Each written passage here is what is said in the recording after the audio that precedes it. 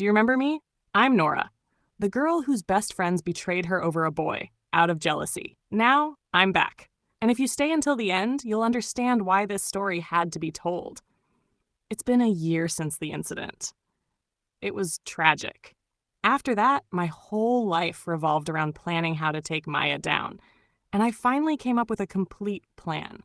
I found Lucas, the boy Maya loved. Fortunately, he hadn't developed feelings for her yet. They were just getting to know each other. So I took advantage of that and tried to get closer to him. It wasn't hard. I knew everything about Lucas, his favorite type of girls, his fetishes, his food, even his favorite underwear. I literally stalked him just to get to Maya. Hey there, Lucas. Oh, Nora. It's been a while? Yeah, it has. I'm glad to see you again. You know, after that incident, I never saw anyone from school again. No matter how much I explained, no one believed me. They all thought it was true, when it was all Maya's trick. But I believe you. I know you're not that kind of person. Oh, thank you. I gently hugged him. Thanks for understanding me. I don't know what I'd do without you. I played the victim a little, and he bought it. I also leaked a bit of information about Maya. After some time, things got serious, at least for Lucas. I didn't care about him. The only thing that mattered was my revenge. One day, when Lucas and I were on a date, I wore the clothes I knew he loved. I charmed him as much as I could and signaled that I wanted to make out. He brought me to his place. There, I closed his eyes in a seductive way and used his fetish. I put my foot on his face and told him I wouldn't let him open his eyes until he licked as much as he could.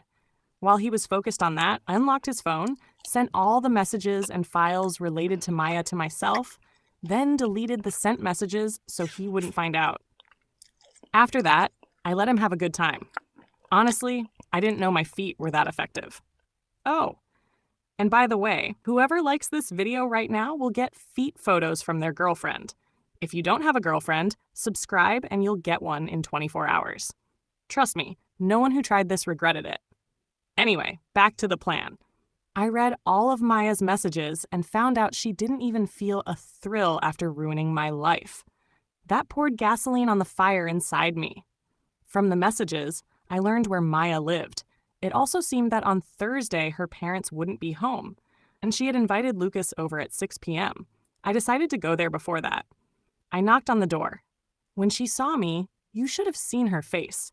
She was completely speechless. I rushed inside and tied her up with a rope. "What the hell are you doing?" she yelled.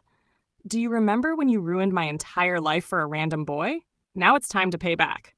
"Nora, I'm sorry. I'm so sorry. I didn't know I hurt you this much. I was young and stupid. Please, give me a second chance."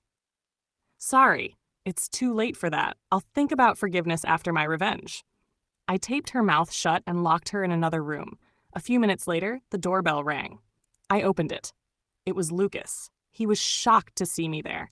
I convinced him that Maya and I had become friends again, and that I'd told him to come so I could surprise her. He didn't believe it. "This sounds fishy. Maya? Maya, where are you?" "She's not here. I told you, she's preparing the place for us. My parents are always watching me and never leave the house, so I don't have anywhere else." "I don't believe you." "Then ask her." As he hesitated, I grabbed his hand and placed it on my leg. He slowly started touching it. "See? No need to call her." He finally believed me. We had a wild time, just him, me, and my phone camera recording everything. After that, I sent Lucas home, telling him my parents would worry and I had to leave soon. Then I went back to Maya. She wasn't struggling anymore. Her eyes were empty and dried tear marks stained her face.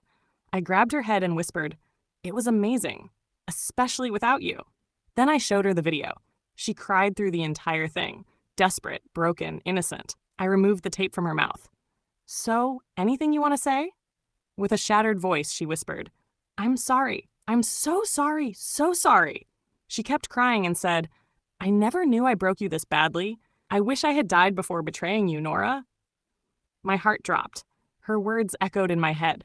Part of me wanted to hug her and forgive everything. Another part wanted to destroy her completely.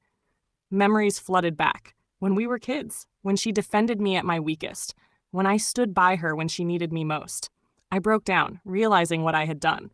Wasting an entire year on revenge, playing with a boy's feelings, giving up my virginity to someone I didn't care about. breaking into my childhood friend's house. I was full of regret. I untied Maya and cried, telling her how sorry I was, explaining how deeply she had hurt me back then. In the end, we were both ashamed of our actions. She learned that no romantic relationship is worth losing a childhood friend.